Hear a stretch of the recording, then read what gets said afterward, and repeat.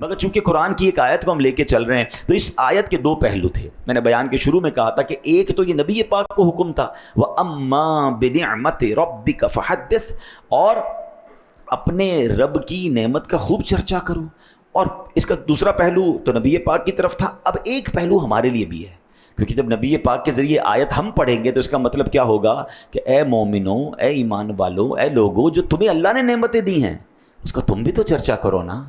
تو ہمیں کیا کرنا ہے کہ ہمیں اللہ پاک کی نعمتوں کا شکر کرنا ہے، اس کا چرچا کرنا. اپنے آپ کو دیکھیں، اللہ نے آنکھیں دی ہیں، یا اللہ تیرا شکر ہے. نعمت ہے نا، ہاتھ ہے، پیر ہے، صبح اٹھے تو سانس آ رہی ہے، یا اللہ تیرا شکر ہے تو نے سانس دی. میں سوتے سوتے ہی نہیں مر گیا، اٹھا تو آنکھیں کھلی تو نظر آ رہا ہے. کچھ لوگ صبح اٹھتے آنکھیں نہیں ہوتی ہیں، نہیں سنتے، ایسا بینائی چلی گئی.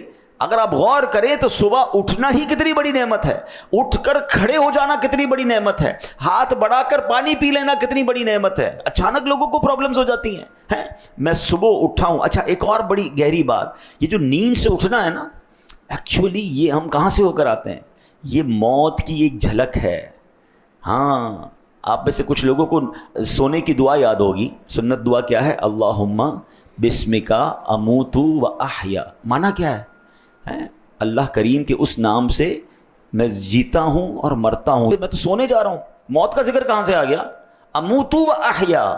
اس کا مطلب نیند ایک جھلک ہے موت کی. اب دیکھ رہے دن میں اور آپ سوتے ہیں تو ہمیں پتہ ہوتا ہے کون آیا کون گیا، ہمارے سامنے کیا ہوا. نو، ختم. ہم ایک طرح سے دنیا سے چلے جاتے ہیں.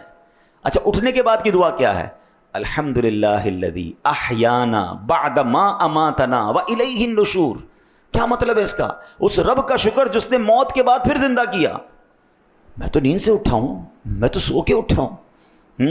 سمجھ آ رہی ہے بات؟ یہ دعا بتا رہی ہے کہ ہم کہیں جاتے ہیں، وہاں سے واپس آتے ہیں، ایک دن جائیں گے واپس نہیں آئیں گے.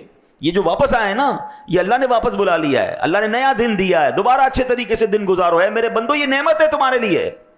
کاش یہ بات سمجھ آ جائے. وہ